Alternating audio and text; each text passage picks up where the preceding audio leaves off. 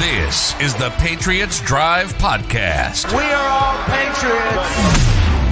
Where we discuss, analyze, and answer questions to all things happening in the NFL and with our New England Patriots. Now, here's your host, Cole Kelly. Let's go!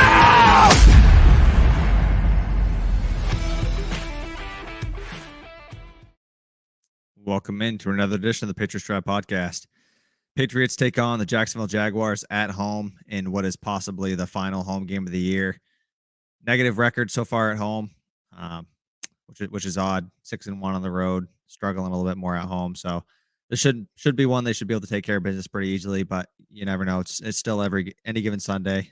The Jaguars beat the Bills a few weeks ago, so can't really take any team lightly in the NFL, or you might get beat. So shouldn't be too much of a challenge, though, compared to some of the other teams we've been playing. So the Patriots should take care of business tonight, or this weekend. So we'll see. Hopefully we'll have a victory Monday for the first time in a few weeks, and that'll be a nice feeling. But I'm here with my co-host, Chase Campbell. How's it going, Chase?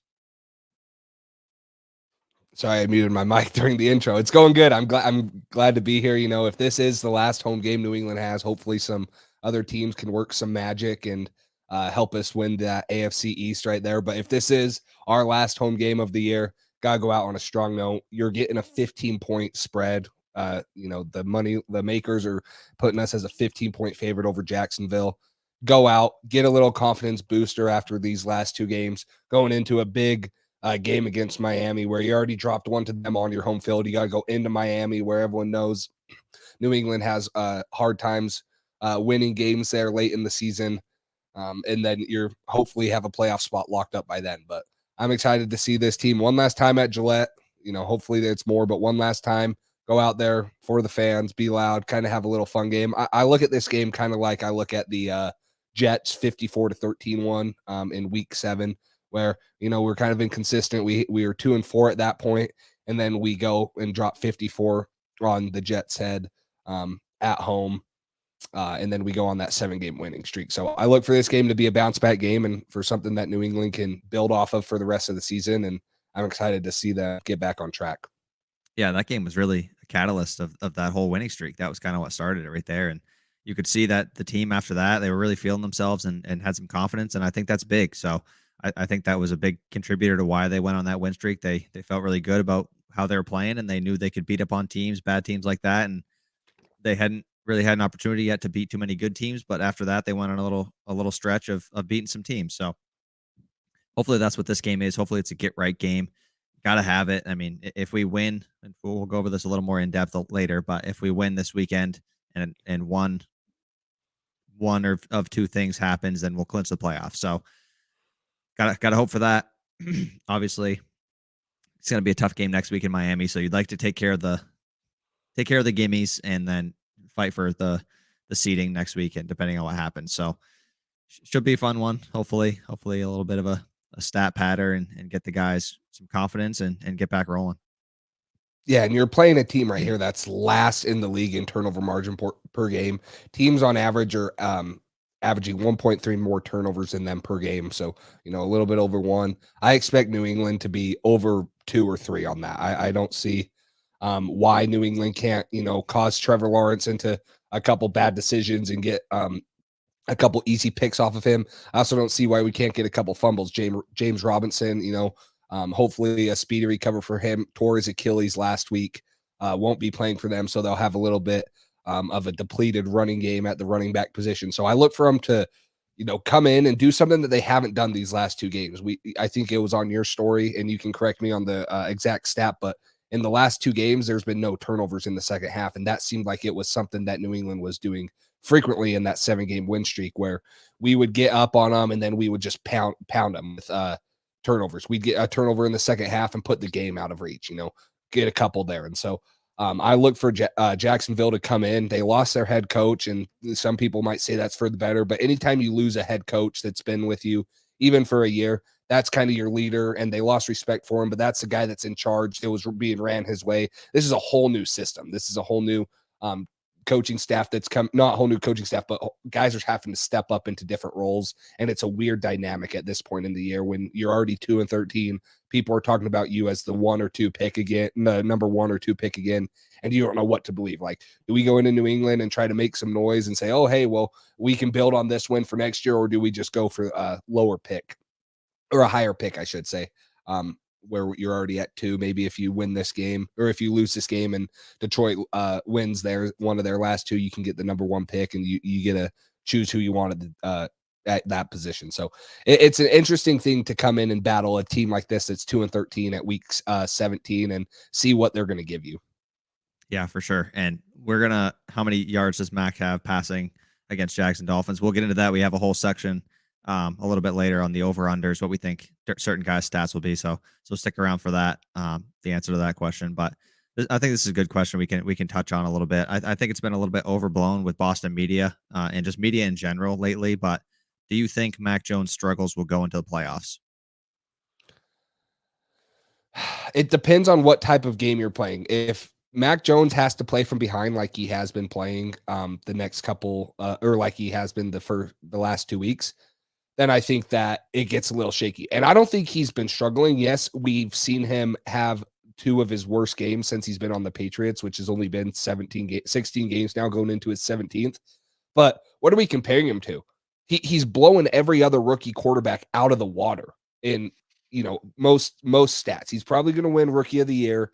Like, what type of struggling are we talking about? Yeah, he's been struggling for the way he played in his 7 games. And if that's the standard we're holding a rookie quarterback up to, then we got to hold all the other rookie quarterbacks up to that standard. So, yeah, if you want to compare him to that 7-game win streak and say, is he going to keep struggling? If this New England team can't get up for games and keeps getting behind, I think that you will see Mac Jones's numbers continue to come down, because that's not how this defense was, or that's not how this team was intended to play offense. This defense is supposed to jump on teams. They're supposed to get out of third downs. They're supposed to keep the game close, and they're supposed to give this offense chances. The last couple games, you saw Indianapolis jump on us right away. You saw Buffalo kind of take the wind out of us on a 13-play drive, and then they come back with a 10-play drive, even though they don't get the 4th down conversion. So if this defense keeps playing the way they have these last 2 games, I think that this will be a very, very hard time for Matt going into the playoffs. And it could, kind of get a sour taste in Patriots fans' mouth. But I don't see why this defense can't step it up and Matt can't turn it around. We get the run game going again. He starts completing the easy passes to Kendrick Bourne, Jacoby Myers, get Hunter Henry involved again. I don't see why that style of offense can't return if the defense steps it up. Yeah, for sure. And I mean, I'm not overly concerned about Mac. I think obviously past 2 weeks haven't been his best weeks, but I'm just as concerned about the defense and the offense as a whole, because it's not just Mac Jones playing bad. If you look at the amount of separation the receivers created last week, that we talked about that a little bit, they were locked up in man coverage. Mac Jones had a 0 passer rating against man coverage because not many people were open. Mac was getting pressured. He didn't have anybody to go to. So it's tough. He's still a rookie quarterback. And the fact that people are holding him to a standard of a veteran quarterback just shows how impressive he's been this year as a rookie and the standards that he's being held to. So I'm not worried about Mack overall. It is, some people have said, oh, ever since it's been cold, Mack hasn't been good. It's going to take some adjusting for him. I mean, he was from Florida, so it's going to take some time. It's not going to be an overnight thing. The more he practices, the more he plays in it, the better he's going to get. So I'm not really concerned about that. I'm a little bit concerned about the defense as a whole. The past couple weeks have been struggling and looking like the defense of the first 6 weeks, where when you need a drive, when you need to make a play, they haven't made it. And that's not what we saw in the 7-game win streak. And that's the biggest difference these past 2 games is many opportunities for interceptions. JC Jackson has dropped a couple the past couple weeks, game-changing interceptions that could have completely turned the game around, and they just haven't been making the plays, and that's the biggest difference. So I'm a little bit concerned on both sides of the ball, just the way they've been playing against some good football teams. It's not like they were playing over the 7-game win streak, and maybe they were playing above their actual talent level, and maybe they're somewhere in between the 7-game win streak and the team they're playing like right now. And I think that might be true, but I think this team can turn it around. I think they'll bounce back. I still think if you win one game in the playoffs, that's a win of a season with a rookie quarterback and all these new guys first year. That's great. That's a great foundation for a 4 to 5 year window on his rookie contract. Cheap money. Maybe we can add some more pieces in the offseason, get a little bit younger at that linebacker position, corner, offensive line, maybe some things like that. So I'm not overly concerned. I especially about Mack. I think he's going to be fine. He's still a rookie, and people need to remember that. Yeah, and I wanted to ask this question as I pull up the quarterback stats right here on the year as we look at both Mac Jones and Trevor Lawrence. Obviously, Trevor Lawrence, the number 1 pick, Mac Jones going to New England at 15. If you're a Patriots fan, you can answer this in the comments. If you're a Patriots fan and you got the number 1 overall pick in Jacksonville spot, knowing what we know now, and it might be too early to judge, but knowing what we know now, would you take Trevor Lawrence over Mac Jones, or would you still want Mac Jones in this system? So this is as the Jaguars still being the first pick, not us? No, say New England goes into the first pick. Okay. I want to know, so we can choose between Trevor Lawrence or Mac Jones. Who do we choose from? Do you still want Mac Jones in this system, or are you going to take Trevor Lawrence? I think I'm going to take Trevor Lawrence. Mac Jones is the perfect fit for this system, but the amount of talent Trevor Lawrence has, I mean, just watching it, even last week where it was one of his better games, he's got a horrible system and horrible coaches and just staff around him that can't show him the right way. And I think the amount of talent he has in that arm and with his legs, the plays he can make, throwing on the run, all that different stuff, I still think Trevor Lawrence is going to be a really good quarterback. I really just hope the Jaguars don't ruin his career, because he's a talented guy. I believed in Trevor Lawrence for a long time. Coming out of high school, I mean, he was ridiculous, watching him in like the Elite 11 and all that stuff. So I've been watching him for a while, and he's a super talented quarterback. He's obviously having some trouble with turning the ball over and forcing some throws, but it's tough because I just think the system around him is so poor, and his supporting cast and coaches and the Jaguars organization is not built for success. And I think Trevor Lawrence is a winner. That's what he's been his whole life. I mean, he lost his first game in college, like his last year or something crazy like that, or the national championship, whatever it was. He's not a loser. And the Jaguars tend to be kind of a losing organization. The Patriots are about winning. And that's kind of what Mack has been as well. Trevor Lawrence's talent just is ridiculous. And I think if you can mold that raw talent into something that can be more consistent and execute the system the way you want him to, I think he could be really good. I'm sticking with Mac Jones, and people can say I'm crazy and I'm biased. Trevor Lawrence never had a year over 70% completion percentage in college. The 3 years he started, he had a cakewalk of an ACC. The ACC is, everyone wants to say the Pac-12 is a joke of a Power 5 conference. The ACC, the years he was in there, they were beating teams by 30 points every game. There was no one coming close to him. And yeah, he won a national championship. He beat a good Alabama team. He's had his runs, but you have seen him struggle continuously. And I know Mac Jones, his senior year last year, completes 77% of his passes, new college record, and that's only been 1 year. And yeah, he was handpicked, the greatest talent in college football. Devontae Smith, Jalen Waddle, guys like that. I'm going with Mac Jones any day over Trevor Lawrence, and I get it. The intangibles are there. A 6'6", 213-pound quarterback who was literally, like, since he graduated high school, since he stepped on the field in high school as like a freshman, he has been like, people have been like, he's going to be the number one pick. Like, he is nothing but the number one pick. People have just been saying that since then. I'm taking Mac Jones over Trevor Lawrence if I'm redrafting it because of the way Mac Jones fits in this system. And I get it. Maybe Trevor Lawrence does have better arm talent. He probably has a better arm than him. I don't think he throws the ball more accurately. I don't think he makes decisions better. Maybe he can run the ball better for sure, but I don't want my quarterback to run like that on a consistent basis. So I'm taking Mac Jones in this system over Trevor Lawrence. And that's no disrespect to Trevor Lawrence, but it's saying how well Mac Jones fits in this system. And if I'm a Patriots fan, I would not be looking at it and saying, oh, I'd rather have Trevor Lawrence over Mac Jones, because I think that Mac Jones is perfect for this system and we couldn't be any happier. And so people that are complaining about him and saying, oh, well, I'd rather have Justin Fields or I'd rather have Trey Lance. Well, those guys haven't even seen the field, and when they've done, they've struggled.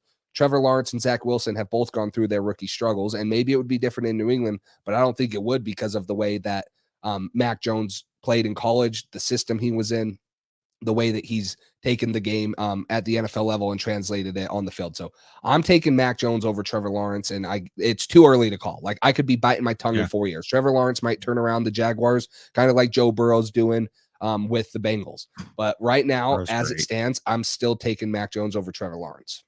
I'll tell you this. It's a hell of a lot closer than it was for me. I mean, like draft night, you know what I mean? I wouldn't have said it was even close, but Mac Jones has made tremendous strides, and you can see how great he fits the system and what they want to do offensively, to where it's very close. And I didn't think it would be even close at first, but it's just, I think system matters so much in where you have success. So I feel bad for Trevor. It stinks that guys that talented go to teams so bad and have to turn it around. But let's answer a couple questions here that we got, and then we'll continue with this. But we'll start with this one. Do you think our defense can do good if Bentley and Judon can't play this week? Well, they're pretty much out this week, right? It's guaranteed, or have it's not guaranteed. They went on the list Monday, and with the new changed protocols, vaccinated or unvaccinated, if you're asymptomatic, you have no symptoms, you can return within 5 days, and you just got to have the 2 negative tests or whatever. So it's a lot more likely that they play than it would have been maybe a week ago. Just some of the rules have changed, and so we'll see. It's all about them testing negative. But go ahead with your answer, I guess. Well, I was going to say that Judon the last 2 weeks hasn't even generated a pressure, I don't think. I think he said one QB hurry, one pressure. I don't think last week he had one. Maybe those were against Indianapolis. I don't remember. I'd have to pull those up, but if you want to get that. But he's been very, very underperforming as of late. So that doesn't mean I don't want Judon on the field. I think that our run defense maybe struggles a little without Juwan Bentley, but they just lost James Robinson, and they haven't been running the ball very well. Anyways, I mean, once Urban left, they've been more willing to run the ball, but they haven't been doing it effectively. I think that it hurts, but going against the Jaguars, I don't think it's going to be too noticeable. Yeah, I agree. And I think I do think this would be a game that Judon can thrive in, because he's going to be pinning his ears back a lot. It's not going to be a heavy running game for the Jags, and that's kind of a situation for him to have success, is just rush the passer. I think he get a couple sacks. You think the Jags game gets postponed due to having 20 players on the COVID list? I hope it doesn't.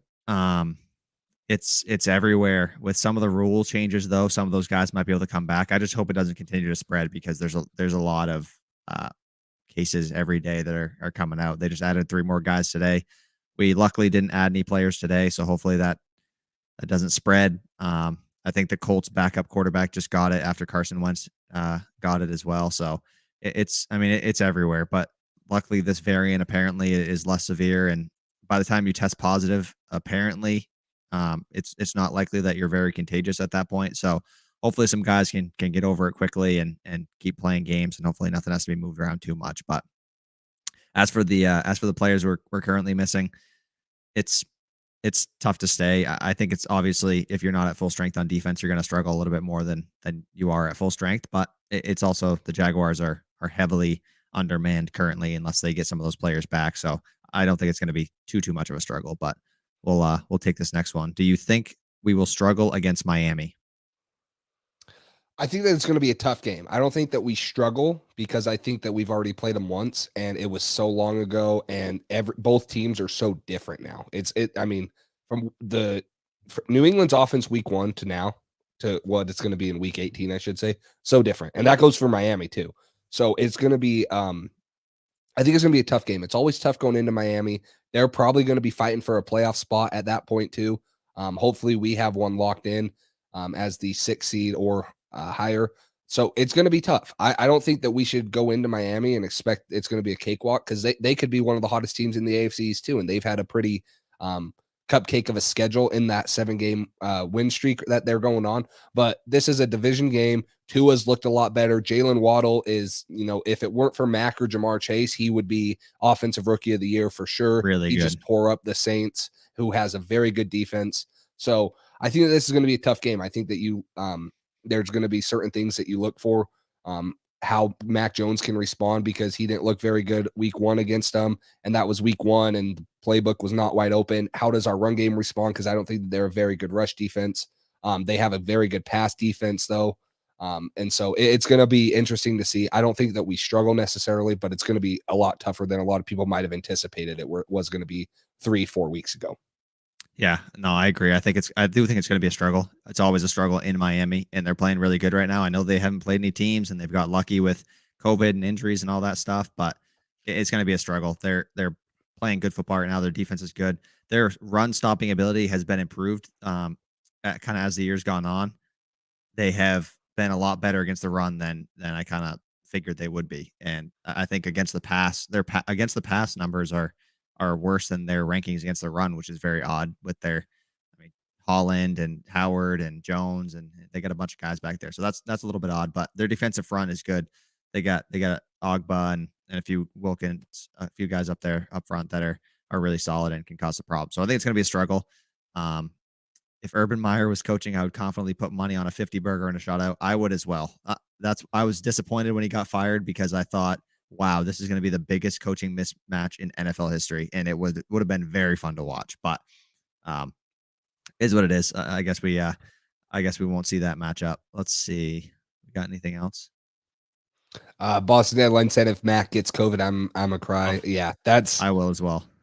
I think all Patriots fans will. If he were to get that, and knock on wood, I don't even think we should talk about it and even jinx it, but that would be, you're seeing, like, think of the Colts situation right now where if they lose this week, it's going to be a major loss for them without Carson Wentz already. And then if they lose this week and the Easton Stick can't pull it out, like, their chances of playoffs get a lot slimmer, and it's scary. Even though they're already pretty much locked into one, it's starting to look scary. And then they're going to fall to the 7th seed. They could have to play Tennessee, a healthy Tennessee team. So it's going to be the whole COVID thing. Look at the NBA, look at the NHL, look at the NFL. Like, there's so much stuff going on around the whole sports world with it, with this new variant. And if any team gets one player sick and we play them, you hope it doesn't spread, especially with it being in our quarterback room already. You hope it doesn't spread that way.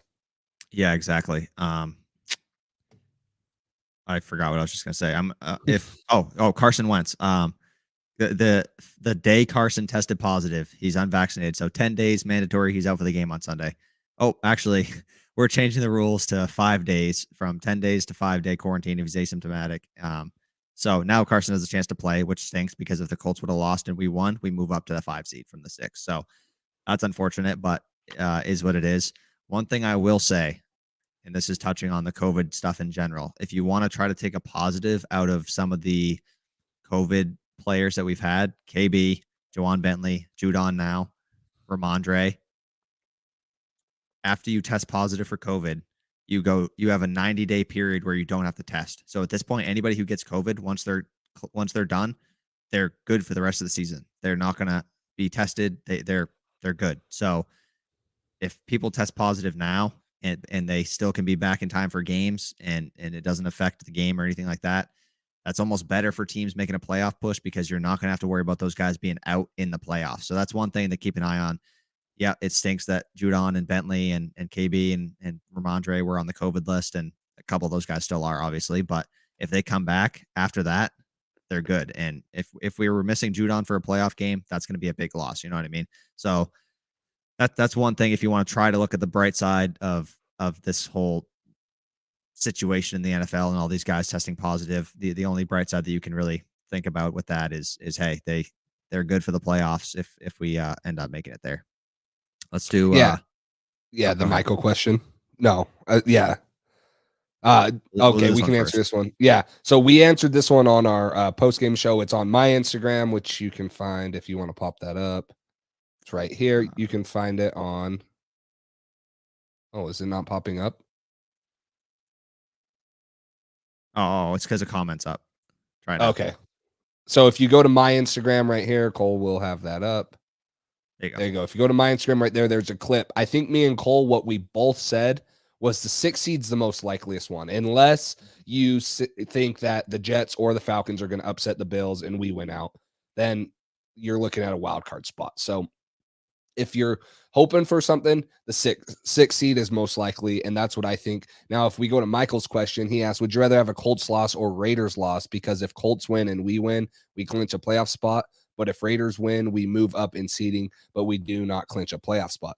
For me, I think that you want the Raiders to win here, and then you want Miami to lose because that clinches a spot right there for us. If Miami loses and we win, we're clinched in a spot, and then that would put us at the 5 seed.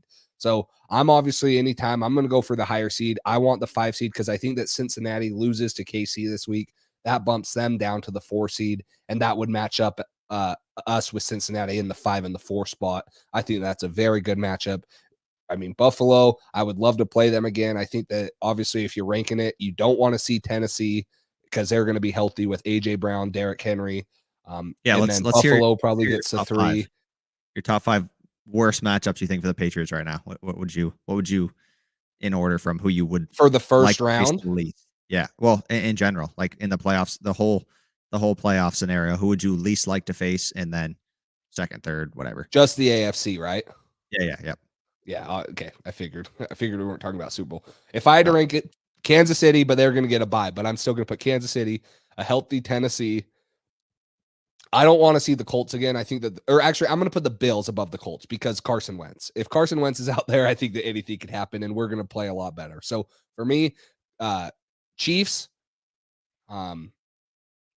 Titans, Bills, Colts, and then for some reason, Lamar always scares me. If they were to somehow to slip in over Cincinnati, just the fact of Lamar, and I know he's had his struggles, but when you look at our defense, the linebackers are so old. I don't know who stops Lamar Jackson on our defense, whether it's Dante Hightower. Kyle Duggar probably could too, but then you're taking him out of coverage. I just look at that matchup with Lamar always being scary, and I don't think any of the other wildcard teams scare me. Miami doesn't scare me. The Raiders sneaking up doesn't scare me. If I had to rank one, it would probably be Baltimore somehow slipping in and winning that division, and then them. I would rather play Cincinnati over Baltimore, if that makes sense. I think that we can find ways to shut down Joe Burrow, and their defense is not as good as Baltimore's defense can be. So I'd put Baltimore above Cincinnati, honestly. My list would be number 1, healthy Tennessee team. I think that's such a horrible matchup for us. The two big, strong, quick receivers that are elite, along with the best running back in the league, Derrick Henry, when healthy. That offensive line, Vrabel, Belichick always struggles against Vrabel. I don't care how many people he's missing. It's never easy against Vrabes. So Titans is my worst nightmare. I think if we play the Titans at some point in this playoffs, I think we lose by 2 scores. I really do not like that matchup for us. So Titans number 1 for me would be the worst matchup. I'd say Chiefs, Bills. I'd go Colts, Cincinnati, Miami, Baltimore, because I'm not worried about Baltimore just because we played them. What was it, last year? 2 years ago? Yeah, last year. We played them last year. We beat them on Sunday night. Yeah. Yeah, that was last year. And I know it was raining and all that stuff, but Kyle Duggar is a great chess piece for exactly what Belichick wants to stop with that offense. And that was Duggar's best game, one of his best games of his career. It was at that point his best game to date, and he had a bunch of tackles. He was playing Lamar really well, forcing him into things he didn't want to do. and that team is worse this year than they were last year. That team was more dangerous last year. They beat the Titans and all that stuff in the playoffs. They're missing so many guys on the defensive side of the ball with between that secondary and their offense. I'm not worried about Duggar being put out of coverage. We got Adrian Phillips who can be on Mark Andrews, and Marquise Brown is not bad. They got Rashad Bateman too, but overall, I'm not really that worried about the Ravens in general. So mostly those big physical running teams that can force us to play a way we don't want to, and then those teams that can just get ahead quickly and force us to play from behind are really scary, because that's one thing this team isn't great at doing, as we've seen so far. When we're playing from behind, we're usually losing the game. So getting out to an early lead is huge for us. Yeah, I feel like we could beat the Bengals if playoffs started today if our defense pulls their head out of their asses. I agree. For some reason, Cincinnati just doesn't scare me. Joe Burrow, Jamar Chase, those guys are great, and I don't take anything from them. But our strength of our defense, well, what has been the strength of our defense has been our secondary. And that's what doesn't scare me, is I think that we can match up Jamar Chase with JC Jackson. Hopefully Miles Bryant does not play as bad, but Jalen Mills hasn't been horrible as of late. You can put him on T. Higgins or Tyler Boyd. I think that the matchup in the secondary fits us a lot better against Cincinnati than Lamar Jackson in the run game, because like you said, I think Kyle Duggar is great, but I think that Baltimore also can scheme blocking Kyle Duggar better than what they did last game, because Kyle Duggar was an unknown Division II second-round guy last year. Now Baltimore is going to know, oh, hey, this guy, how are they going to play us like this? And Bill's going to game plan for it also. But the thing that scares me is, if you get Dante Hightower, Kyle Van Noy having to chase down Lamar Jackson, I think that that's going to get pretty sketchy. And I don't know if Kyle Duggar can do it every time, because I think Baltimore plans for him a lot better than what they did last time. So Baltimore scares me more than Cincinnati does, but I'm putting them at 5, and I don't think that that's going to be a problem. I think that outside of the top 3 that I listed, the Chiefs, which they're probably going to get the 1 seed, it's not going to be a big deal, but Tennessee and Buffalo, I think those are our 2 toughest matchups that we could get in round 1, and even Buffalo I'd feel comfortable with. Honestly, for the Ravens and the Bengals, it's a pretty big gap for me there between. I'm a lot more worried about the Bengals. I think I agree T. Higgins is underrated. Seeing Mills on him could be a problem for us. I mean, they got Jamar Chase, T. Higgins, Boyd, Joe Mixon, Joe Burrow's playing out of his mind. I do think Belichick could confuse a young quarterback. That's what he does best. But if you think about how bad our defense was last year against, like, in general, I mean, we couldn't stop the run game to save our lives, and we held up against one of the best rushing attacks in the NFL with Lamar Jackson. So all we've done is gotten better. We got Judon, we got obviously Wise guy like we had last year. Hightower's back. We got Bentley, we got Duggar, and we got a couple interior guys like Godshaw and Christian Barmore. So I'm really honestly not worried. That'd be my ideal matchup, was Pats playing the Ravens, because I think I'd be very confident that we'd win that game. I think there's more uncertainty and more weapons and more pieces for some of these other teams like the Bengals, and for them to play with. It's just, I mean, the Ravens have been they've gotten so many injuries to their running back position, to their secondary. They're just everywhere on their team. They have been ripped with injuries. So it stinks for them, but I feel pretty good about that matchup based on how poor we were as a defense last year and how much better we've been this year. I just think we match up a little bit better than we did even last year when we won. Yeah, well, we'll have to see. Michael asks, if we win this week and clinch a playoff spot, what would be the significance of next week's Dolphin game? Just seeding. Obviously, like we mentioned, if Buffalo were to somehow lose one of those games and we win out, we could get into that AFC East championship game, or the AFC East champion. We could win that. If the Colts were to lose this week to the Raiders or next week to the Jaguars and we win out, we would jump above them as the 5 seed. So it really just comes down to seeding. I mean, if we secure a spot we're in, obviously it's just what we just talked about. If you lose, you could fall to the 7 seed and you could play Tennessee, or if you win, you could get the 5 seed and play one of those, whoever wins the AFC South, which would be Cincinnati. Maybe Baltimore can slide in there, or maybe Buffalo doesn't get up there. So it's all about seeding and then matchups at that point. Yeah, and Gabe has a point here. I think playing the Bills a third time would be very advantageous for the Patriots. Would still be a close game, but I just feel like playing Belichick 3 times in one season can't end well. I do agree with him, but I also it's tough when Josh Allen plays a game as perfect as he just played this past week. You're not going to win many football games against him. Granted, he doesn't play perfect like that very often, but when he does, it's tough to stop him, and it's certainly scary. So I'm a little bit nervous about that if we play the Bills first. That's why this week would be huge if the Colts lost and we won. That means we would move up to the 5 seed, where Cincinnati will probably drop to the 4 seed with a loss to KC this week. And that would make us in line to play Cincinnati first week of the playoffs, depending on the Miami game. So yeah, the Miami game, the significance of that is just for seeding. If Miami wins this week and we beat them next week, I think that might knock them out of the playoffs. So obviously we'd love to knock a division opponent out of the playoffs in the last week of the season. That'd be great for all the postseason or late in the season games they've ruined for us with the Miami Miracle and all that stuff. So Matt Judon revenge game against Baltimore would be unfair. I agree. He'd be chasing down Lamar. He'd want that. That's in itself enough for the Patriots to win right there. Just the revenge game from Judon. He'd probably have 15 sacks on Lamar. Hopefully, because he hasn't done jack crap the last couple games. So. All right. Give him a break. All right. Yeah. Okay.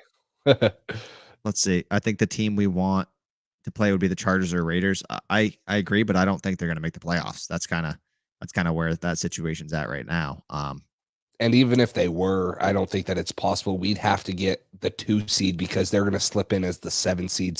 Probably one of those teams would slip in as the 7 seed. So we'd have to get up to 2, maybe 3. So that's saying that Buffalo loses to Atlanta or the Jets. And then Tennessee loses another game. We get up there. Miami loses. So yeah, that's unlikely, although that would be a very, very good matchup. So best case scenario this week. Best case scenario this week. Do we have the tiebreaker over Cincinnati? Do you know? Conference 7-3.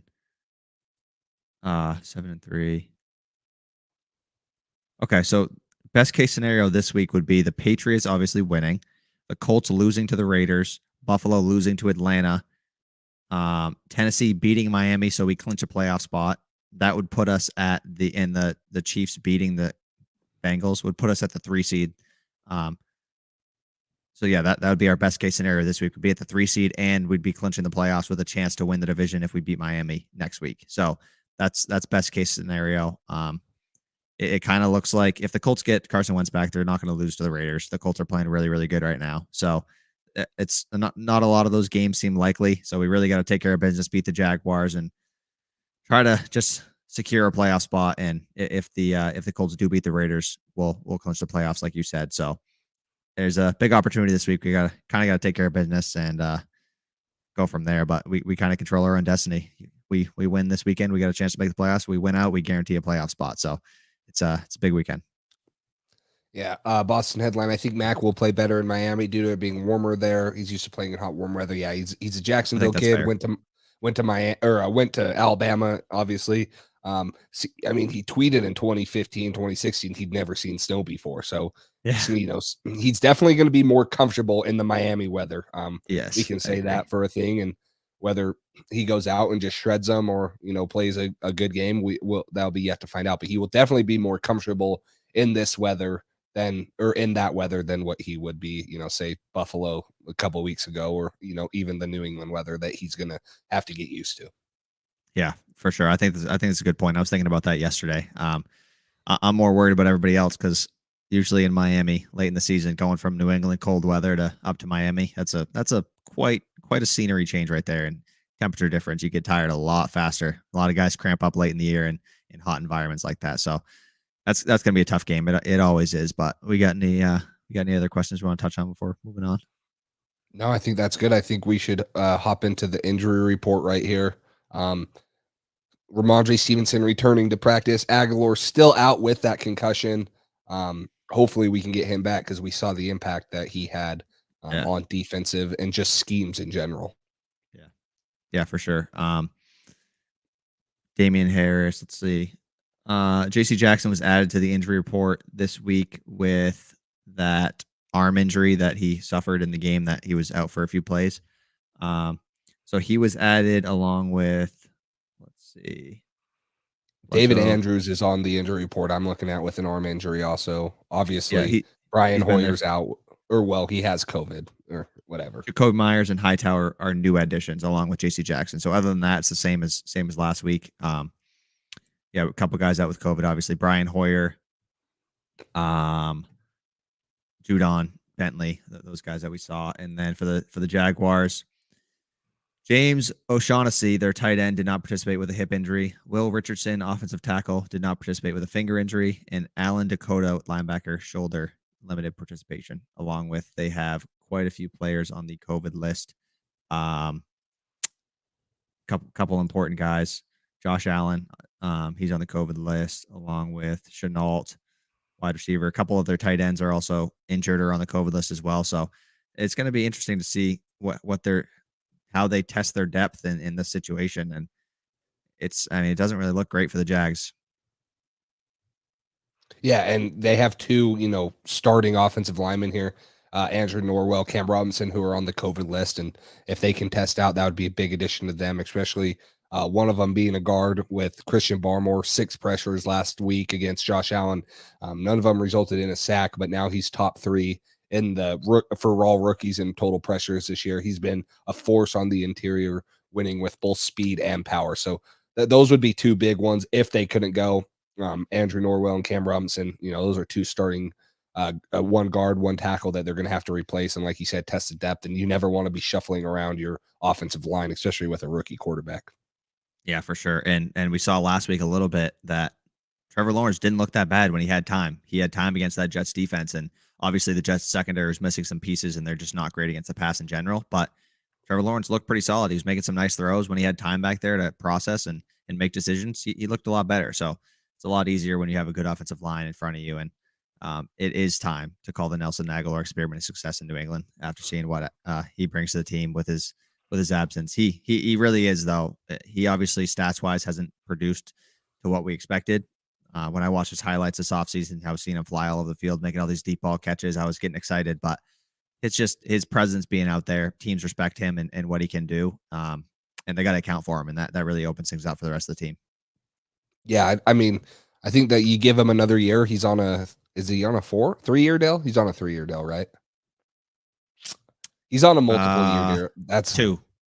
He's on a 2-year, and Kendrick Bourne's on a 3. Yeah. 3. Yeah. Aguilar's on a 2. So we'll see what happens next year. Hopefully they can get him more involved and find some more ways. I still think that they need to add another true wide receiver 1, because I don't think Nelson Aguilar fits a wide receiver 1 role, but what he adds to a team is very, very explosive, can take the top off of a defense.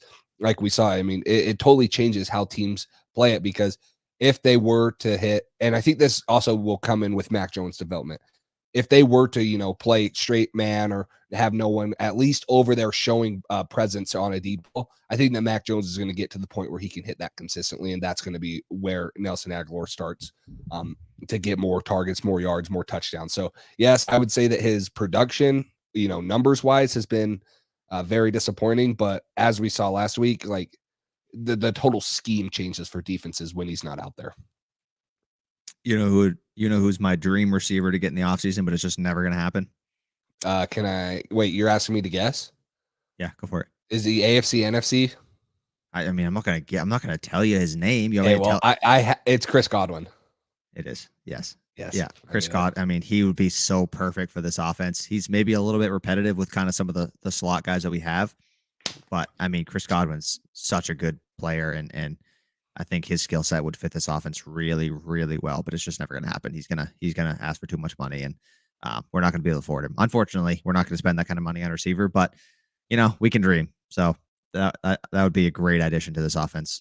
Him with Aguilar taking the top of the defense, and then KB and Myers switching spots once in a while, and those 2 tight ends. That would be setting up Mac for success right there. But let's off NFL topic, but who you guys got for college football playoffs and who wins the championship? I'll let you go. You're more college football than I am. Well, I feel like everyone's going to say Alabama, but I'm going to go with Georgia, even though Alabama just kind of dismantled Georgia. But I'm going to go with Georgia beating them, and I think that the loss of John Mechie makes it a little bit harder for Jameson Williams to be as explosive as he has been, and he's been tearing the top off of defenses. But now you lose John Mechie, you kind of have you don't have another threat like that. Kind of like when Devontae Adams and Jalen Waddle were on the field together, it was so explosive. And even when Jalen Waddle was off the field, Devontae Adams was still explosive. But Jameson Williams can blow the top off a defense, and now you feel more comfortable sitting with guys back over the top of him, or maybe double coveraging him because John Mechie isn't there. So I'm going to say it's boring, but Alabama, Georgia go to the national championship, and then I'm going to say Georgia gets them again and takes the national championship. I got Cincinnati. No, I'm just kidding. I'm just kidding.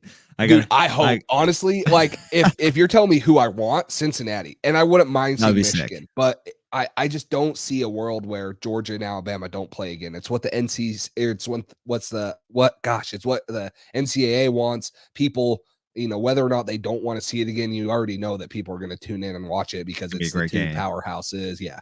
So I just don't see a world where it's not one of them unless COVID were to affect it.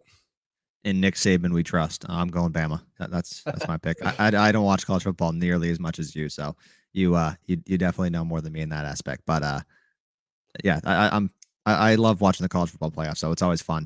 And there's so many good prospects in there that you can kind of get a head start on the draft, even if you don't watch the regular season. Watching those college football playoffs, that's when some of the biggest stars shine. So I am excited to see that. Should be good playoffs. Yes. Let's see. I think it's very possible that we address a wide receiver situation in free agency and the draft this offseason. Would love to see it. I think it's one or the other. I'd be shocked. Yeah, and I'd be shocked. This kind of goes hand in hand with Maurice's comment too. Would you give our offense a new weapon or a defensive player in the NFL draft? The draft, especially with Bill Belichick, it's all about how the board falls. Dream pick for me at wherever we're picking is probably going to be a younger linebacker that we can get more youth there, fast, lengthy defender. If you're talking guys, you want names, Nakobe Dean out of Georgia, Devin Lloyd out of Utah. Those two guys right there stand out. And then obviously with the uncertainty of JC Jackson, I think we got to go out and find another corner too, whether that's in the draft or free agency. But I think that you're choosing one or the other at the wide receiver position, because we know New England doesn't like to spend when they do draft a wide receiver in the first round. It has not turned out historically great. Hopefully N'Keal Harry turns it around, but doesn't look like it. So I think it depends. It's going to be one or the other, in my opinion. I do think that they go get a receiver. I don't know if it's going to be a big time one. We're talking Chris Godwin, Allen Robinson, guys like that are going to be on the market. I don't know if those are going to be a target for New England. And then maybe they find that, a receiver in the second, maybe third round, like you see Deebo Samuel, AJ Brown, Terry McLaurin, guys like that weren't a first round pick, but still are making an impact. Yeah, John Mechie tore his ACL. He might have some stock falling in the draft. He has connections with Mac Jones, playing with him last year. You look at Jahan Dotson out of Penn State too. I think those are guys that fall to the second round that maybe fit more than going out and spending top notch for a Chris Godwin or Allen Robinson. I would love to see first round either address the speed at the linebacker position, get a little bit younger there. I'd probably say corner, linebacker, and then maybe offensive tackle to get Isaiah Wynn as far away from this building as possible. And then second round dream would be Mechie. That'd be great to get a wide receiver reunite with Mack. That'd be sick. I mean, half the highlights we saw of him at Bama last year were John Mechie. So that'd be fun. But honestly, I think it's more likely that the Patriots don't address wide receiver in the offseason and don't pick one in the first 3 rounds than that they do both. You know what I'm saying? Yeah, I 100% agree. It's just what the Patriots do. I don't know why. It's just how they operate. They don't love putting a ton of capital. They do when they feel like it's necessary, but when they thought it was necessary for the N'Keal Harry, that hasn't worked out, and he might be gone this offseason. So, wishful thinking a little bit. It's always exciting getting a flashy name as a wide receiver in New England, but it just doesn't happen too often. And I honestly don't think they're that unhappy with the production they've got out of the receivers so far. Kendrick Bourne's playing really well. Jacob Myers is playing well. Aguilar, they might be able to get more out of him next year. And if Jonnu adapts to the system more and we get him more involved later in the year, or not later, like next year, I think this offense can be still really, really productive. Yeah, and when you look at what the offense wants to do, they signed the 2 tight ends in free agency because that's what they want to do. And Hunter Henry's been great. I think Johnny Smith is a lot better next year. He had his struggles with injuries in camp, and he hasn't gotten adapted to the system yet. I think that he's better next year for sure. Mac Jones is more comfortable with him. So I think when you go out and you spend on a wide receiver 1, Chris Godwin or Allen Robinson, or if you draft one high, and I think for me, I'd rather draft a first round receiver than spend money on a first round receiver. That's just my personal take. But if you do one of those things, Say that one more time. You'd rather draft a first round receiver than spend money on?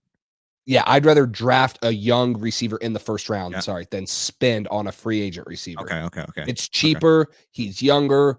You're going to pair up 2 young guys with him and Mac Jones that are going to be with each other for the next couple years, and then you can address more positions in free agency, rather than a receiver that you just drafted last year, getting 4 pass catchers technically with the 2 tight ends and then Aguilar and Kendrick Bourne. So I'd rather stay cheap at that position, draft a young receiver in the first round. But what I was kind of saying is that you're going to have to now, are you going to, if you have 2 tight ends on the field, and most of the time you're going to have a running back on the field, and you sign a wide receiver 1, Allen Robinson, okay, well, who are you taking off the field? You're going to take Aguilar, Bourne, or Myers. You got to choose 2 of them to take off the field. So with how New England wants to run this offense, with the signings they did last year with the 2 tight ends, I don't see us going out and spending big money on a receiver like that, especially when, people might think we dumped too much into Aguilar and Bourne already, even though I feel like the Bourne one's been good, and we'll wait and see what the Aguilar one has been. Yeah, for sure. I get nervous with first round receivers for the Patriots. I think it's more likely that we draft another receiver than that we go sign one in free agency. And Gabe, by the way, I'm surprised you don't. I'm surprised you like Hunter Henry so much for stealing Izzo's number. I thought you'd be a little more upset about that, but I'd personally rather sign one in free agency just because it's less scary. I feel like you see him in the NFL. Belichick's usually better when he signs a receiver than drafts one, but it's just they're not going to allocate that much money to that position. You know what I mean? To offensive weapons, it's much more likely they draft a guy in the first 3 rounds and then sign one, a decent name in the offseason. Maybe they'll sign like obviously like maybe a smaller receiver, like when they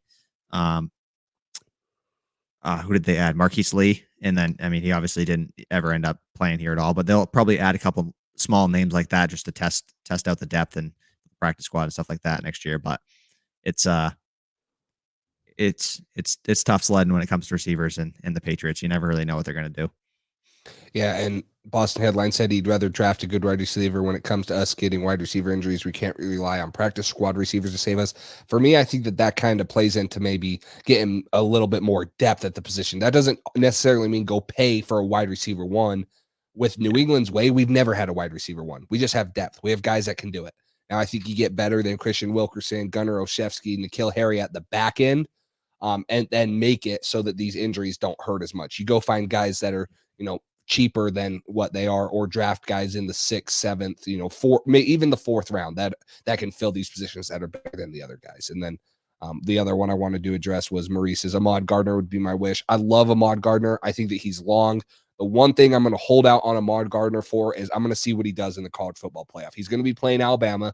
If he's the dude, put him on Jameson Williams, let him see. And it might be unfair, but coming out of a non-Power 5 school, the AAC, we'll see how he does against the top dogs and see what his competition level is. Although I still do love his potential, and his stats are obviously off the chart. He hasn't allowed a touchdown since he's been in college for 3 years. It's ridiculous what he's doing at Cincinnati. But when you talk about a corner like that and investing in him in the first round, you got to see what he's going to do against the top dogs in Alabama. And if they win against Georgia or Michigan, see what he's doing against those guys, because he really hasn't had a test like that yet. Yeah.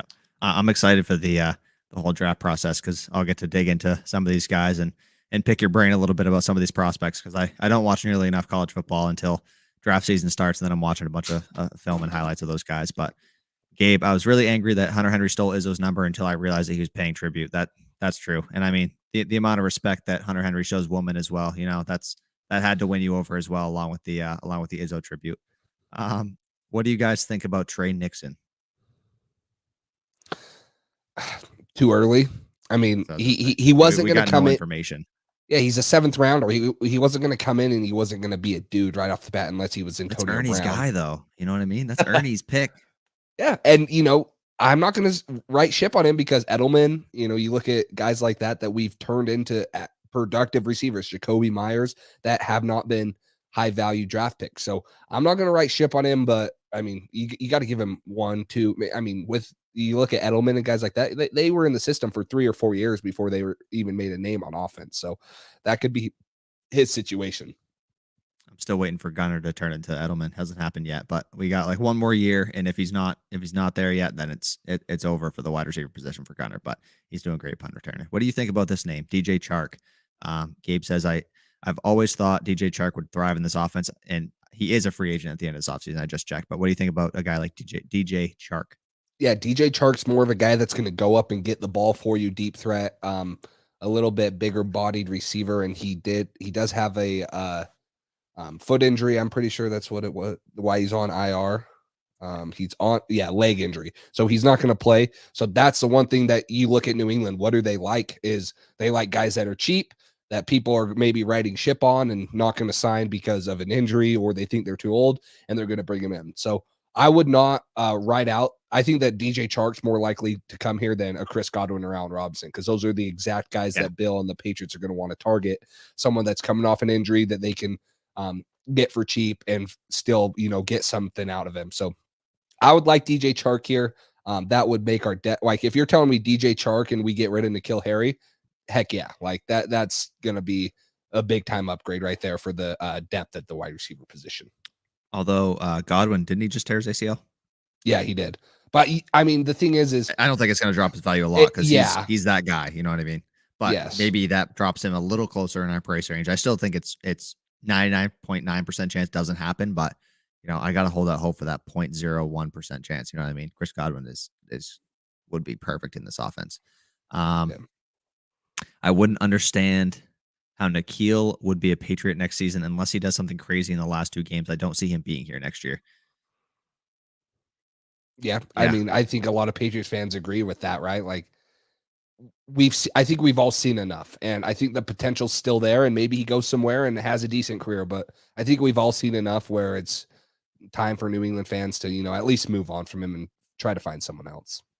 Yeah. It's not working out, and that's just stinks, but that's how it is. So, I mean, I've held out hope with N'Keal for so long, and I just can't do it anymore. He just gets opportunities and just doesn't do anything with them. Once in a while, he makes a crazy play, and then he'll disappear and make 3 drops, and it's like he just doesn't do enough as a first round pick, and he's just really not worth the roster spot.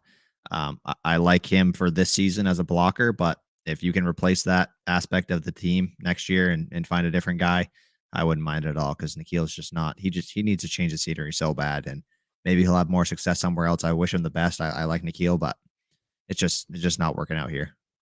Yeah, no, not at all. And it sucks because that was a first round pick. And you look at the guys behind him, AJ Brown, Deebo Samuel, Terry McLaurin, guys that were drafted. Like, it just pains Patriots fans to their core. And most of them wanted to be a Patriot too. Oh yeah. AJ Brown cried.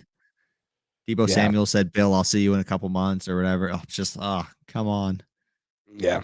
So Gabe, get a 6th rounder and turn it into a Hall of Famer. Yeah, seriously, go find a 6th round dude that in 3 years' time will be ready to contribute, and then will be the greatest whatever position he plays of all time, or make that roster spot available, find an undrafted corner, and make him the next JC Jackson. So I at that point I have more faith in that scenario happening than I do with N'Keal Harry turning into something productive. So yeah, I think his time is up in New England. But all right, let's move on to the game line. We're way too far into this. We've been taking a lot of questions, but we're gonna have to go fast through these so we don't make this 2 hours. All right, speed round. Let's say all our picks right now. Ready? Go. All right. Game line. Okay. Game line for this one. Pats Jags Sunday. Obviously, Patriots -15. What do you got for this one? Give me the Patriots. Bounce back last game at home. Give me the Patriots. You got to look at your score. You always have to do that. I never. My memory is horrible. I have the Patriots as well covering this. I think it's semi close to this, but just with so many people the Jags are missing, it's not great. Not a great matchup for the Jaguars. So I got the Patriots on this one as well. How about the over under 41.5 points? Give me the over. I think that New England comes dang close to covering this themselves. I have the oh wow. Yeah, that's true. With your score prediction. I love how I can remember your prediction, but I don't remember what mine is. Yeah, it's because you give me crap for it. That's true. I have to always. I got to. Yeah. I got the over on this one as well.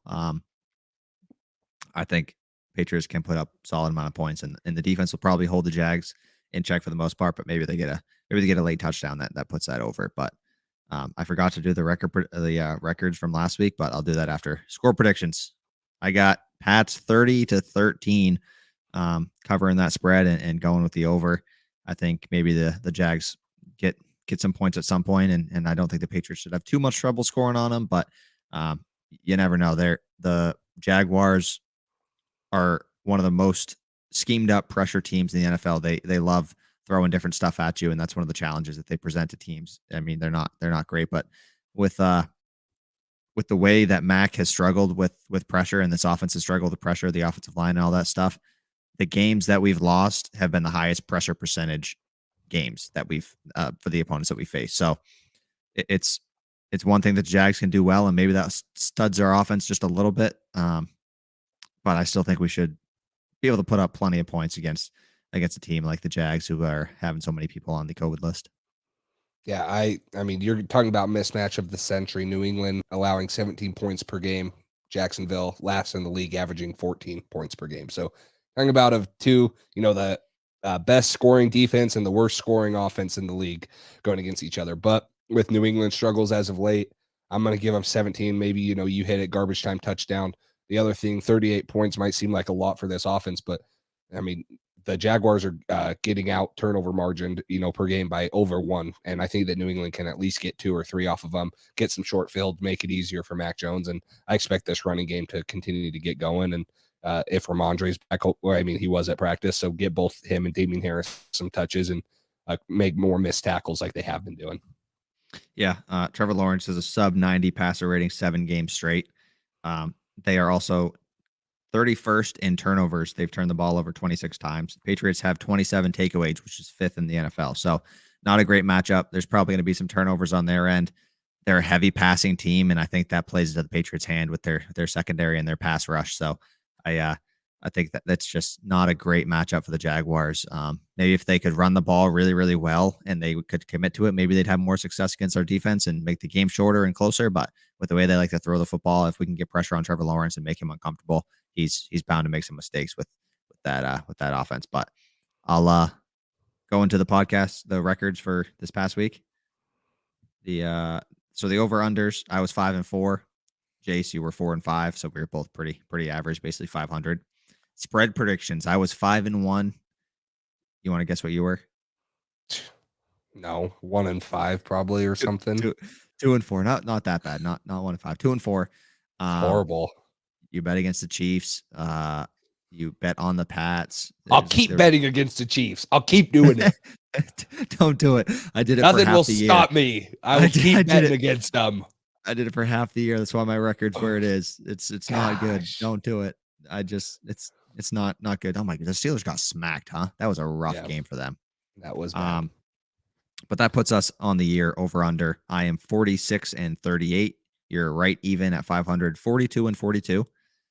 Spread predictions, I am 40-29. You are 35-34. And then we both have 5 wins on the score predictions.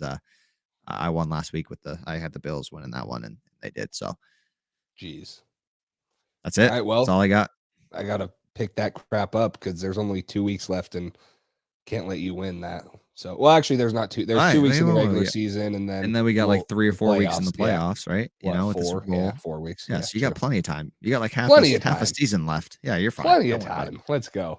Let's get into the over-unders right here. Player over-unders, I should say. Mac Jones over-under 218.5 passing yards. I'm going to go over. I think we'll be able to run the ball really well, but I just think, it's the Jags. So I think it's enough explanation for that one. It is the Jags. The Jaguars are currently 14th in the league, allowing 229 passing yards per game. Their last 3, they're only allowing 155 though. But I'm going to go with the over here too. I think that the run game complements the passing game. Mac Jones has had a couple down games at home last game. I'm going to give him the over on this one also. Trevor Lawrence, his counterpart, 210.5 passing yards. Season average is right at 220. And he's going up against a pretty dang good defense with a couple receivers and tight ends out. I'm going to go under on this one, even though I think he maybe late in the game he'll have a 40-yard completion, just like a dump down pass. You know what I mean? And maybe that gains some yards back for him. But I don't think it's going to be necessarily a fun day for him. I hope it's not, because if we struggle against this offense, I mean, then we got bigger problems to talk about. So I'm going to have some confidence in the Pats and say we hold them to under this, even though it's a pretty low number. Yeah, I'm going to go under too, because Bill Belichick and his track record with rookie quarterbacks, and even though their running game without James Robinson is a question mark, and we don't know how many times and how effective they're going to be, I'm going to go with the under here too. New England rushing. When I made these, I wasn't sure with the Ramondre Stevenson thing, so I just set the total line at 125.5 for the whole Patriots rushing game. I got the Patriots going over this. It's the Jags. That's it. That's all I got. This is a lot of overs for the Patriots. I'm going over too. I mean, with what we've done in the rushing game on a lot better defenses than Jacksonville's, I agree. I hope that we can go over. Jacksonville almost had that by himself last week, right? Yes, he did. I mean, 108 or something like that. Yeah, 103. Yeah. 3 touchdowns. Jacksonville rushing. There's not enough guys on there, and frankly, Trevor Lawrence might get a couple carries or a couple scrambles. So 80.5 rushing yards for Jacksonville. So it says 85.5. 85.5. I'm trying to screw you up so I can win. Yeah, all right. I see it. You're playing mind games now. I got them going under. They're probably going to run for 10 yards with their running backs and have Trevor Lawrence run for 45. So I'm going to go with under on this one. Yeah. I hope we're both like 8-0 this week, because we're probably going to be the same. I'm going to go with the under here too.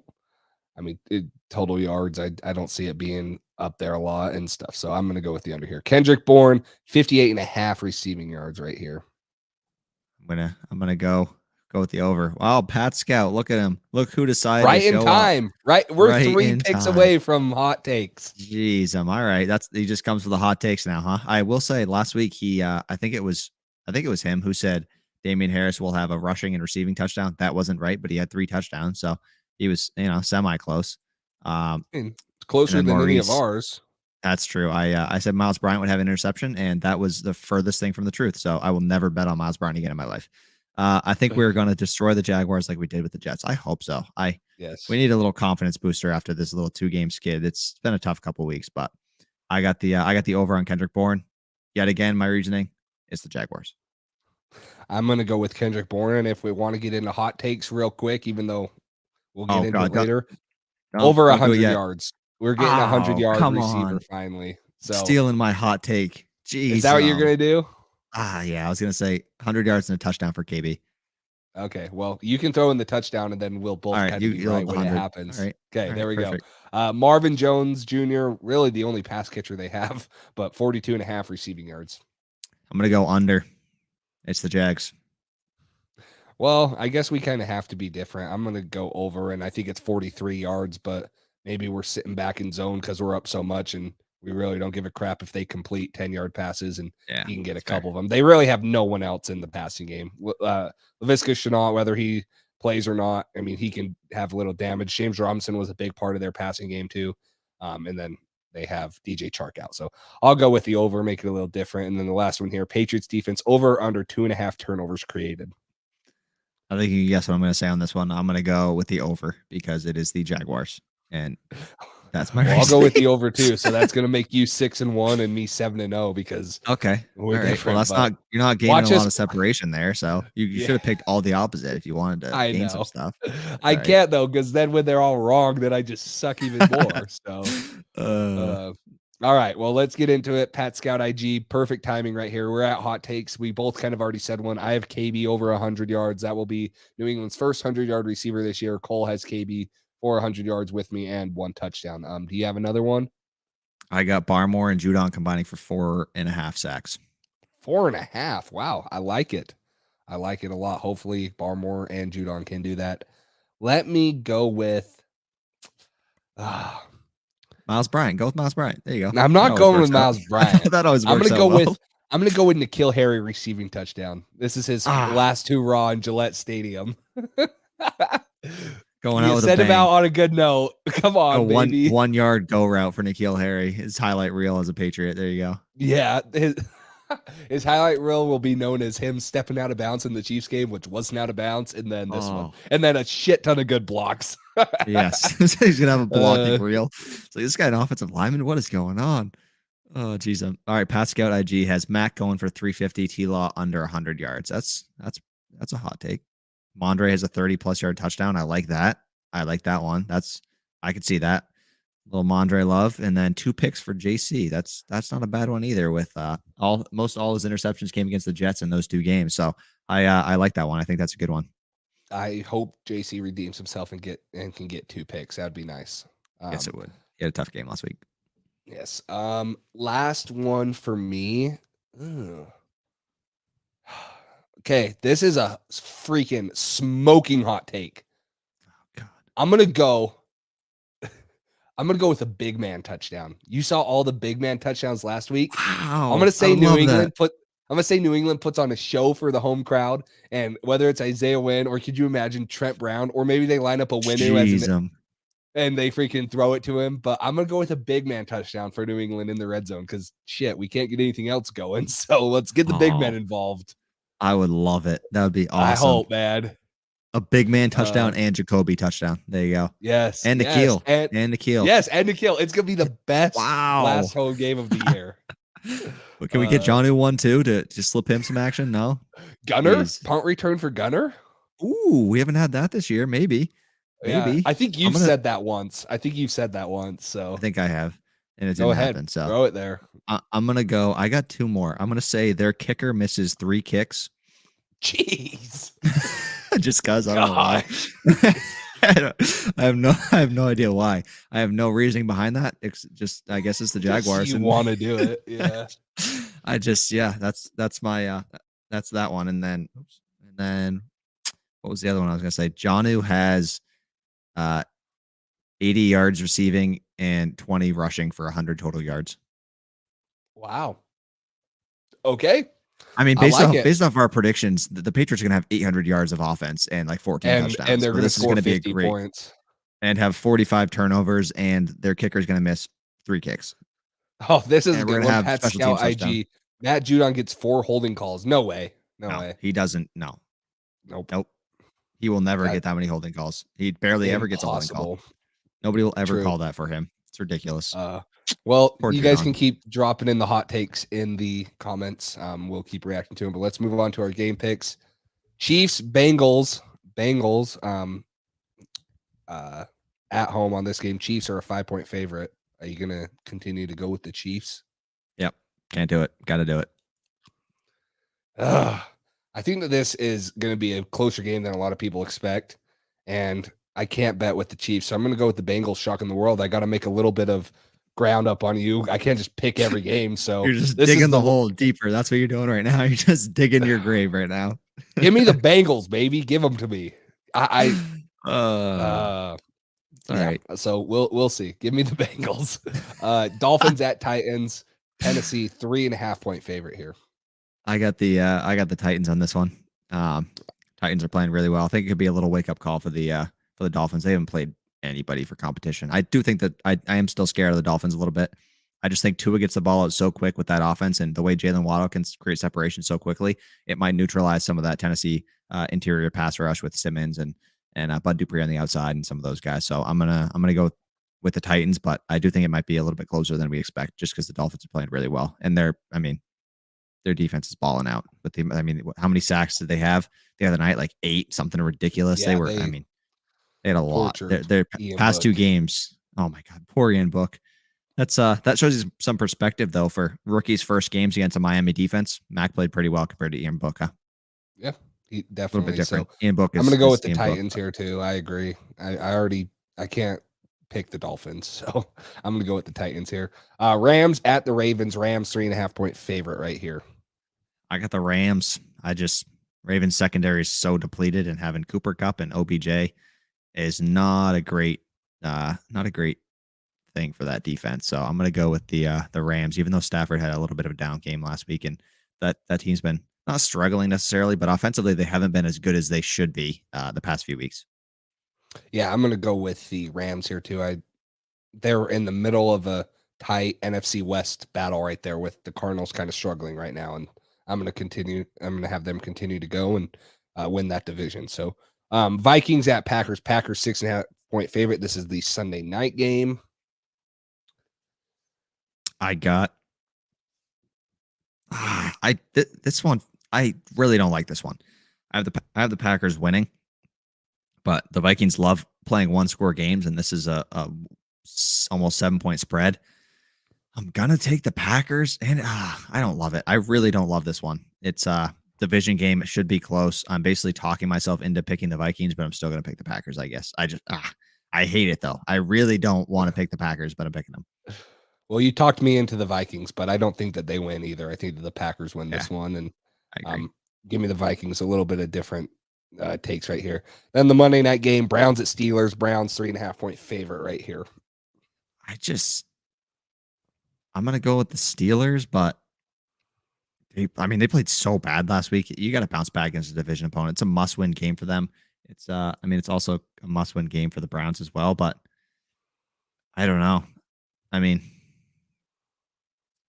Both teams suck. How's that? Both teams suck. Either team should win. They're gonna tie. How's that? They're gonna tie. Well, then that would mean that the Steelers. That would mean that the Steelers cover. All right. So this. Okay. All right. Steelers cover. I'll go with that. Jeez. All right.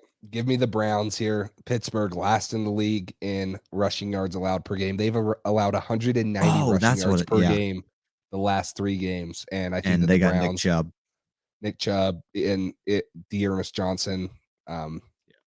Because I don't believe in Baker. Do not believe in Baker, but with their running game here, give me the Browns covering this one. So we're split 3-3. Well, I guess what? I have 3 different ones. You have, and then we have 2 of the same.